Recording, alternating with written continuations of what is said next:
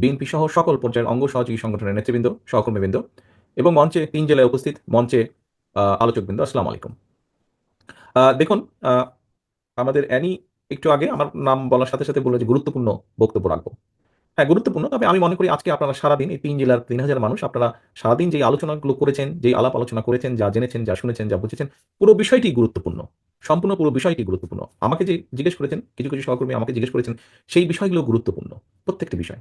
কেন গুরুত্বপূর্ণ এই বিষয়গুলো? এই বিষয়গুলো এইজন্য গুরুত্বপূর্ণ যে এই বিষয়গুলো আমাদের একজন রাজনৈতিক কর্মী বা একটি রাজনৈতিক দল হিসেবে আমাদের মূল সাবজেক্ট কারা? মূল সাবজেক্ট হচ্ছে এই বাংলাদেশের জনগণ। আমরা সেই জনগণকে নিয়ে সারাদিন আজকে আলোচনা করেছি। অর্থাৎ জনগণের ভিতরে বিভিন্ন শ্রেণী আছে। কৃষক আছে, ছাত্র আছে, শ্রমজীবী মানুষ আছে, নারীরা আছেন। কাজেই বিভিন্ন শ্রেণী পেশার মানুষেরকে নিয়ে আমরা আলাপ করেছি যে তাদেরকে কিভাবে আমরা একটু বেটার অবস্থায় নিয়ে যেতে পারবো, একটু ভালো অবস্থায় নিয়ে যেতে পারবো। আমার কাছে মনে হয় একজন রাজনৈতিক কর্মী হিসেবে এর থেকে বড় গুরুত্বপূর্ণ ইম্পোর্টেন্ট বিষয় আর কিছু নেই। অর্থাৎ আমি আমার মানুষের বেটারমেন্ট এর জন্য কিছু চিন্তা করছি। সহকর্মীবৃন্দ, এখন এই যে আ আপনারা যেই কথাগুলো আমাকে বলেছেন বা আমি আসার আগে আলোচকবৃন্দ যারা আছে তাদের সাথে বলেছেন, কেন বলেছেন? আপনাদের কিছু জিজ্ঞাসা থাকলে তাদের জিজ্ঞেস করেছেন। আমি আসার পরে আমাকে কেউ জিজ্ঞাসা করেছেন, নিজেরা আলোচনা করেছেন। কেন যে করেছেন এই সারাদিন এই কাজগুলো? কারণ ওই যে বললাম গুরুত্বপূর্ণ। আপনারা যখন ফিরে যান, আপনাদের এলাকায় ফিরে যান, এই জিনিসগুলো কিন্তু মানুষও আপনাদের কাছে জানতে চায়। জানতে চায় না আপনাদের কাছে? বিভিন্ন বিষয় জানতে চায়। একজন শিক্ষক উনি প্রশ্ন করেছেন উনার সহকর্মীদের ব্যাপারে অর্থাৎ শিক্ষার সাথে যারা জড়িত। একজন আ আ নারী আ নারী উদ্যোক্তাদের ব্যাপারে জিজ্ঞেস করেছেন। নিশ্চয়ই তাকে জিজ্ঞেস করে। অন্য নারীরা ছোট উদ্যোক্তা যারা আছে তারা জিজ্ঞেস করেছে, "তোমাদের দল সরকার গঠন করলে কি করবে আমাদের জন্য?" কৃষক যে বা শিক্ষক যে জিজ্ঞেস করেছেন, "কি করবে আমাদের জন্য?" অর্থাৎ আমাদের পুরা চিন্তা ভাবনা, উঠা বসা সবকিছু এই দেশের মানুষকে ঘিরে, এই দেশকে ঘিরে আমাদের। যারা চিকিৎসক এখানে একজন চিকিৎসক, নারী চিকিৎসক জিজ্ঞেস করেছেন দেশের মানুষের স্বাস্থ্যের ব্যাপারে। অর্থাৎ দেশের মানুষের স্বাস্থ্য নিয়ে আমরা চিন্তিত। প্রিয় সহকর্মীবৃন্দ, এখানে আমাদের একজন জেলা সভাপতি বলেছেন যে, "এই আলোচনা যদি আমরা শুধু এই ঘরগুলো, এই প্যান্ডেল, এই ঘরের মধ্যে রেখে দেই, তাহলে কোনো লাভ হবে না কিন্তু। আপনারা আজকে সারাদিন প্রায় ৮-১০ ঘন্টা সময় এখানে ব্যয় করেছেন। সময় ব্যয় করেছেন। এই যে বসে থেকেছেন, শুনেছেন, বলছেন, এটাতে কিন্তু একটা এনার্জি লেগেছে। আপনারা এখানে এসেছেন, আসার সময় অর্থ খরচ হয়েছে। বাসে, ট্রেনে যেভাবেই আসেন না কেন, রিক্সা, সিএনজিতে আসেন না কেন, অর্থ খরচ হয়েছে। এই যে এত কিছু ব্যয় করলেন কেন? বোঝার জন্য, জানার জন্য এবং গিয়ে এটি আমরা মানুষকে বলব। আমাদের যে মূল সাবজেক্ট মানুষ, তাদেরকে বলতে হবে।" প্রিয় সহকর্মীবৃন্দ, আমার মনে হয় একটি কথা বোধহয় আমরা এখানে বোধহয় আলোচনা করাটা ভালো। অনেকেই হয়তো বলতে পারেন যে, "আমরা এত কিছু বলছি, অনেক কিছু সুন্দর, সুন্দর কথা বলছি। এগুলা কি শুধু আমরা রাজনীতির জন্যই বলছি নাকি? এগুলা কি আমরা বলার জন্যই বলছি কিনা?" হতেও পারে, অনেকে মনে করতে পারে, এত কথা ১ থেকে ৩১ দফা, ৩১ টা এত ভালো, ভালো কথা। সবই কি আমরা করব নাকি? আমি দৃঢ়ভাবে বিশ্বাস করি। এই কারণেই আমি বিশ্বাস করি, দেখেন আজকে আপনারা এখানে যারা বসে আছেন, প্রত্যেকটা মানুষ অনেক অত্যাচার, নির্যাতনের পরীক্ষা দিয়েই আজ এখানে এসে আপনারা উপস্থিত হয়েছেন। আপনারা এখানে এসে আপনারা উপস্থিত হয়েছেন। আপনারা বিভিন্নভাবে মানুষকে প্রতিনিধিত্ব করেই কিন্তু আজ এখানে উপস্থিত হয়েছেন। এই যে আপনি আসার পরে যে আপনাকে একটা কার্ড দেওয়া হয়েছে যেটি আপনার গলায় ঝুলছে। এখানে আপনার নাম এবং নামের পাশে একটি পদ লেখা আছে। এই পদে আসতে কিন্তু আপনার অনেক সময় লেগেছে। এই পদে আসতে আপনাকে কষ্ট করতে হয়েছে। আপনাকে বিভিন্ন পরীক্ষা দিতে হয়েছে। সেটি সাংগঠনিক পরীক্ষাই হোক, সেটি রাজনৈতিক পরীক্ষাই হোক, কম বেশি। পরীক্ষা দিয়ে আপনাকে আজকে এই পর্যায়ে এসে দাঁড়াতে হয়েছে। অর্থাৎ আপনি একটা দায়িত্ব, একটা কর্তব্যের পালনের মাধ্যমেই এখানে এসেছেন। এখন প্রিয় সহকর্মীবৃন্দ, যেহেতু আপনি এখানে একটি পরিচয় এসেছেন, একটি দায়িত্বশীল পদ নিয়ে আপনি এখানে এসেছেন এবং আজকে সারাদিন এখানে যোগদান করেছেন, জেনেছেন। কাজেই আমাদের যে মূল সাবজেক্ট, তাদের কাছে আমাদের যেতে হবে। তাদের কাছে গিয়ে তাদেরকে বলতে হবে জনগণকে যে আমরা এই করব। বলতেই পারে কেউ যে এতগুলো ৩১ টা দফা করবেন, আপনারা এত কথা বলছেন, এগুলো কি বলার জন্য?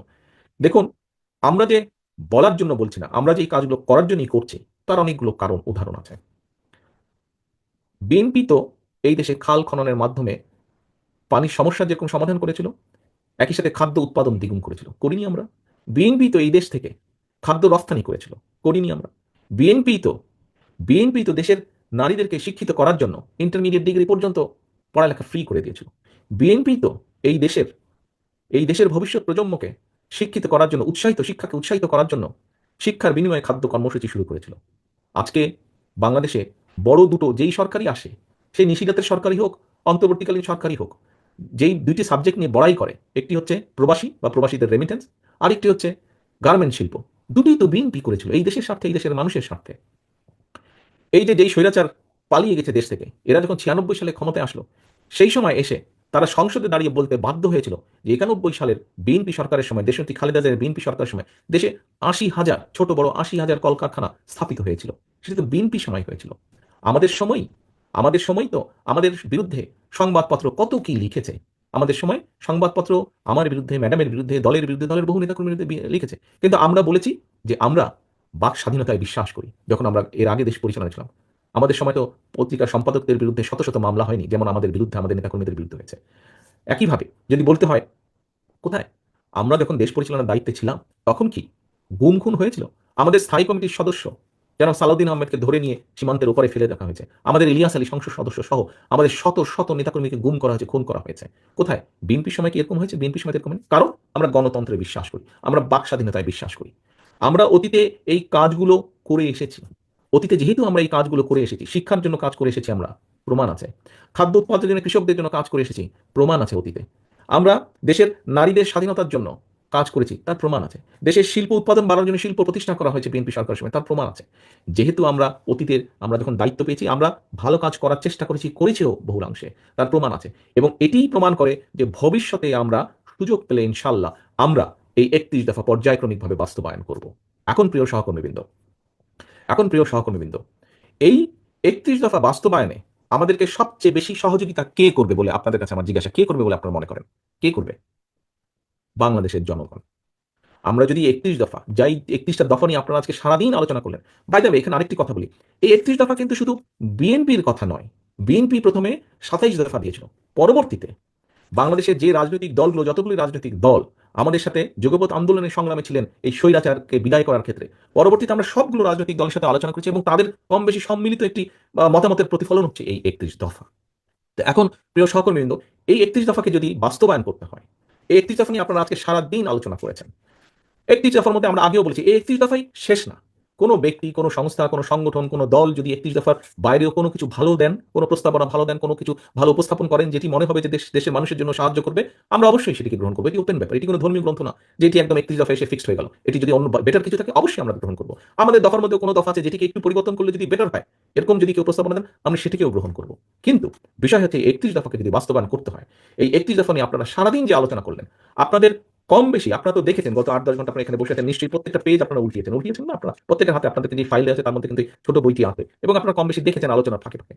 আপনাদের কি মনে হয় যে ৩১ দফা যদি বাস্তবায়িত হয় তাহলে কিছু হলেও দেশের যে চিত্র, যে হতাশামূলক চিত্র এখন আমরা দেখতে পাই সেটি পরিবর্তিত হবে, একটু হলেও দেশ বেটার হবে? আপনারা কি এর সাথে একমত? আপনারা কি একমত এর সাথে? আপনাদের কথা তো শুনতে পাচ্ছি না, হাত তুললে আমি বুঝবো যে আপনারা একমত, আপনারা যদি হাত তুলেন। ধন্যবাদ। আমি দেখছি ৩টি জেলার সকল নেতৃবৃন্দ হাত তুলেছেন। তাহলে সহকর্মীবৃন্দ, আপনারা যদি মনে করেন এই ৩১ দফার কাজ আমরা শুরু করলে, আমরা যখন ইনশাল্লাহ সুযোগ পাবো, আল্লাহর রহমতে দেশের মানুষের সমর্থন নিয়ে আমরা সরকার গঠনের সুযোগ পেলে আমরা ৩১ দফা নিয়ে যখন কাজ শুরু করব, তাহলে আমরা অবশ্যই একটি পরিবর্তন, ভালো পরিবর্তন দেখব, যা জনগণের পক্ষে যাবে, যা দেশের পক্ষে যাবে। কিন্তু ঘুরে ওই এক জায়গায়, এই ৩১ দফা আমরা তখনই বাস্তবায়ন করতে পারবো যখন আমরা দেশের মানুষের সমর্থন পাবো আমাদের পক্ষে, ৩১ দফার পক্ষে। এখন তাহলে এই ৩১ দফা যদি আপনারা মনে করেন বাস্তবায়ন করা উচিত, আপনারা কি মনে করেন উচিত? আচ্ছা, ধন্যবাদ। যদি আপনারা মনে করেন, আমি ধরে নিচ্ছি সবাই সিনসিয়ারলি বলছেন যে উচিত, সবাই সিনসিয়ারলি অনেস্টলি বলছেন আপনারা, আমি এটা ধরে নিচ্ছি। আচ্ছা, যদি আপনারা মনে করেন, তাহলে আমাদের যে মূল সাবজেক্ট, যাদের সহযোগিতা ছাড়া আমরা ২১ দফা বাস্তবায়ন করতে পারবো না, সেই জনগণ, এই জনগণের কাছে আপনাদেরকে যেতে হবে। আপনাদেরকে যে কোনো মূল্যে জনগণের কাছে যেতে হবে। ছোটবেলায় স্কুলে যখন যেতাম, স্কুলে যখন পড়তাম, তো তখন তো সেই সময় ৳৫ অনেক টাকা, বিশাল কিছু ৳৫। ওই ৳৪, ৳৫ ৳১ জন্য ৳১ দিয়ে অনেক ১০০ বিস্কুট পাওয়া যেত একসময় আমরা যখন স্কুলে ছিলাম একদম। তো এখন ওই ৳১ ৳২ জন্য কিন্তু অনেক সময় বায়না ধরতাম। স্কুলে টিফিনের সময় ক্যান্টিনে গিয়ে কিছু কিনে খাবো। তখন কিনে খাওয়া, বন্ধু-বান্ধবকে একটু দেওয়া, এটা একটা বাহাদুরির ব্যাপার ছিল। কিন্তু ওই ৳১ ৳২ আদায় করার জন্য মায়ের পিছে বন করে সারাটা দিন ঘুরতে হতো। ৳১ ৳২ জন্য। প্রিয় সহকর্মীবৃন্দ, আপনাদেরকে এই ৩১ দফার পক্ষে সমর্থন নেওয়ার জন্য, ৩১ দফার পক্ষে, আপনার দলের পক্ষে সমর্থন নেওয়ার জন্য আপনাদেরকে এখানে উপস্থিত প্রতিটা নেতাকর্মী, ডাজন্ট ম্যাটার আপনি মূল দলের নেতাকর্মী নেতা কিনা, অথবা আপনি অঙ্গ সহযোগী সংগঠনের নেতাকর্মী কিনা, দিন শেষে আপনি বিএনপির লোক, এটাই হচ্ছে আপনার মূল পরিচয়। দিন শেষে আপনি বিএনপি লোক। আপনাকে কিন্তু সাধারণ মানুষ ছাত্রদল, যুবদল, স্বেচ্ছাসেবক, আইনজীবী ফোরাম, মহিলা দল এইভাবে চিনে না, এই বিএনপির লোক, এভাবে চিনে মানুষ। দিন শেষে আপনাকে ওই জনগণের পিছে, মায়ের পিছে যেরকম ৳১ ৳২ জন্য বনবন করে ঘুরতাম, আপনাকে জনগণের পিছে বনবন করে ঘুরতে হবে আপনাকে। এছাড়া কোনো উপায় নাই। এছাড়া কোনো উপায় নাই। আমি গতকাল একটি অনুষ্ঠানে বলেছিলাম যে আমাদেরকে যদি, গতকাল কি পরশুদিন যাই হোক, যে আমাদেরকে যদি এই নির্বাচনের পুল সেরাত পার হতে হয়, তাহলে যেভাবেই হোক জনগণের পিছে আমাদেরকে থাকতে হবে, জনগণকে সাথে রাখতে হবে, জনগণের সাথে আমাদেরকে থাকতে হবে। সহকর্মীবৃন্দ, আপনারা পোড় খাওয়া রাজনীতিবিদ একেকজন এখানে উপস্থিত আছেন। হতে পারেন আপনি গ্রামের, হতে পারেন আপনি ইউনিয়ন পর্যায়ে, হতে পারেন আপনি থানা পর্যায়ে, হতে পারেন আপনি জেলা পর্যায়ে। কিন্তু আপনি রাজনীতি করেই আজকে এখানে এসেছেন। এই যে পাসটা আপনি ঝুলিয়েছেন, এই অনুষ্ঠানে ঢোকার জন্য যে পাস দেওয়া হয়েছে, এই পাসটা অর্জন করতে আপনাকে অনেক কাঠখড় পোড়াতে হয়েছে। এখন আপনার এই অভিজ্ঞতা, আপনার এই জ্ঞান, আপনার এই সবকিছু আপনাকে ব্যয় করতে হবে জনগণের পেছনে। বারে বারে আমি একটি কথা বলেছি, প্রতিদিন আমি একটি কথা বলতে চাইছি, বোঝাতে চাইছি, সহকর্মীবৃন্দ, আপনার বিরুদ্ধে, আপনার দলের বিরুদ্ধে সর্বোপরি এই দেশের বিরুদ্ধে ষড়যন্ত্র কিন্তু থেমে নেই, দুষ্ট লোকদের দুষ্টামি কিন্তু থেমে নেই। সেটি বাইরেই হোক, আমাদের বাইরেই হোক, সেটি আমাদের দলের ভেতরেই হোক, সেটি আমাদের দেশের ভেতরেই হোক, সেটি আমাদের দেশের বাইরেই হোক। কারণ এই দেশের অর্থ সম্পদ, এই দেশের প্রাকৃতিক সম্পদ অনেকে লোক দৃষ্টিতে তাকিয়ে থাকে।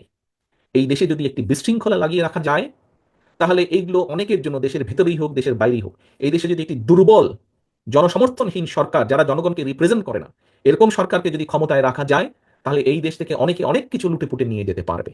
বাট এই দেশে যদি জনগণের সমর্থিত, যারা জনগণের কথা বলবে, জনগণের কথা চিন্তা করবে, যারা দেশের কথা বলবে, দেশের কথা চিন্তা করবে, এরকম কেউ যদি দেশ পরিচালনার দায়িত্বে থাকে, তখন দেশের স্বার্থ, জনগণের স্বার্থ নিরাপদ থাকবে।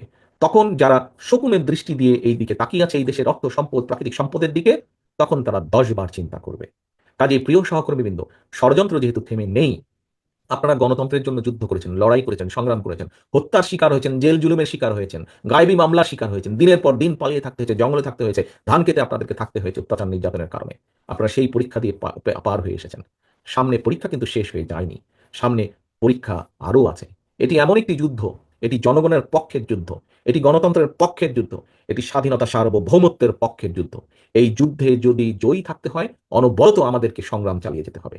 আমাদের সংগ্রাম ছিল 5 তারিখের আগে পর্যন্ত, আমাদের সংগ্রাম ছিল স্বৈরাচারের পতন, স্বৈরাচারকে সরিয়ে দেওয়া, স্বৈরাচারকে ফেলে দেওয়া।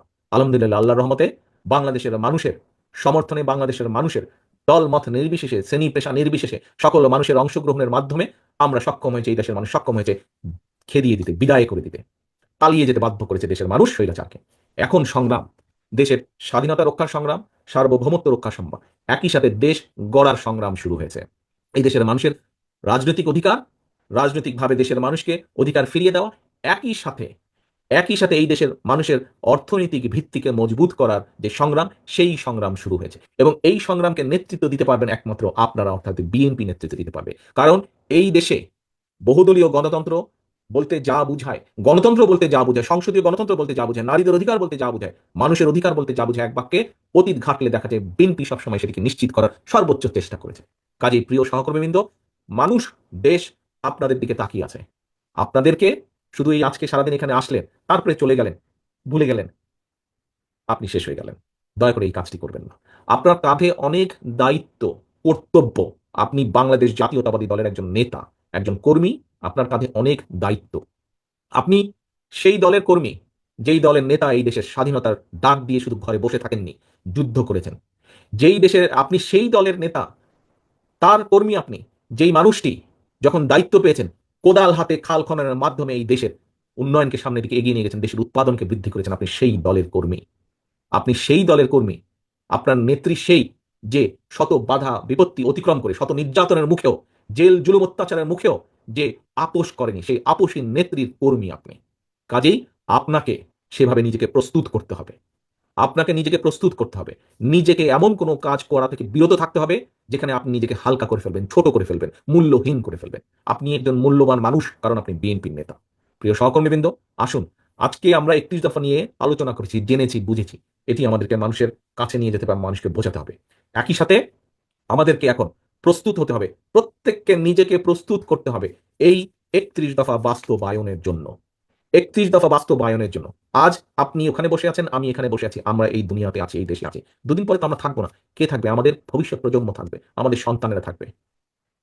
গার্জিয়ান হিসাবে আপনার দায়িত্ব আপনার ভবিষ্যৎ প্রজন্ম, আপনার সন্তানের জন্য। আপনার সন্তান বলতে শুধু নিজের সন্তান বোঝাচ্ছি না, আপনার সন্তান বলতে আপনার সন্তানের বয়সী বাংলাদেশের সকল ভবিষ্যৎ প্রজন্মকে বোঝাচ্ছি। তাদের জন্য একটি নিরাপদ, রাজনৈতিকভাবে, অর্থনৈতিকভাবে একটি নিরাপদ বাংলাদেশ গড়ে তুলতে হবে। আপনাদেরকে, আমাদের সকলকে গড়ে তুলতে হবে। আসুন আমরা নিজেদেরকে তার জন্য প্রস্তুত করি। সহকর্মীবৃন্দ, এই প্রস্তুতি কিন্তু খুব সহজ ব্যাপার নয়। এই প্রস্তুতি অত্যন্ত কঠিনভাবে প্রস্তুতি, এটা অনেক কঠিন কাজ। কাজেই সেই কঠিন কাজটি জন্য আমাদেরকে প্রস্তুত হতে হবে। আমি দৃঢ়ভাবে বিশ্বাস করি বাংলাদেশ জাতীয়তাবাদী দলের প্রত্যেকটি নেতা কর্মী এই দায়িত্ব পালনে প্রস্তুত। এটি আমার বিশ্বাস। এখন এটি হচ্ছে প্রমাণের বিষয়। প্রমাণ আপনাদেরকে করতে হবে। নেতা দলের কর্মী হিসাবে দলের কাছে এটি আপনাদেরকে প্রমাণ করতে হবে, এবং একজন রাজনৈতিক কর্মী হিসাবে, বিএনপির কর্মী হিসাবে জনগণের সামনে আপনাদেরকে এটি প্রমাণ করতে হবে। কাজে আসুন আমরা প্রস্তুত হই দেশ গঠনের জন্য। আসুন আমরা নিজেদেরকে প্রস্তুত করি ভবিষ্যতের সেই বাংলাদেশটিকে গড়ে তোলার জন্য, যেই বাংলাদেশটি গড়ে তোলার জন্য গড়তে গিয়ে শহীদ রাষ্ট্রপতি জিয়াউর রহমানকে হত্যা করা হয়েছে। যেই বাংলাদেশটিকে জনগণের প্রত্যাশিত যেই বাংলাদেশটি থেকে গড়তে গিয়ে দেশনেত্রী খালেদা জিয়াকে মৃত্যুর মুখ থেকে ফিরে আসতে হয়েছে, তার বিরুদ্ধে ষড়যন্ত্র হয়েছে, তাকে হত্যার পর্যন্ত প্রচেষ্টা করা হয়েছে। আমরা এত কিছুতেও দমিনি। আসুন আমরা সকলে ঐক্যবদ্ধ থাকলে, আমরা নিজেদেরকে সংযত রাখতে সক্ষম হলে অবশ্যই আমরা শহীদ জিয়া, খালেদা জিয়া, সর্বোপরি বাংলাদেশের জনগণের সেই প্রত্যাশিত বাংলাদেশ গড়তে আমরা সক্ষম হব ইনশাল্লাহ। আর সেই প্রত্যাশা রেখে, সেই প্রতিজ্ঞা নিয়ে আজকে আমি আমার বক্তব্য শেষ করছি। আল্লাহ হাফেজ। বাংলাদেশ জিন্দাবাদ। বাংলাদেশ জাতীয়তাবাদী দল জিন্দাবাদ।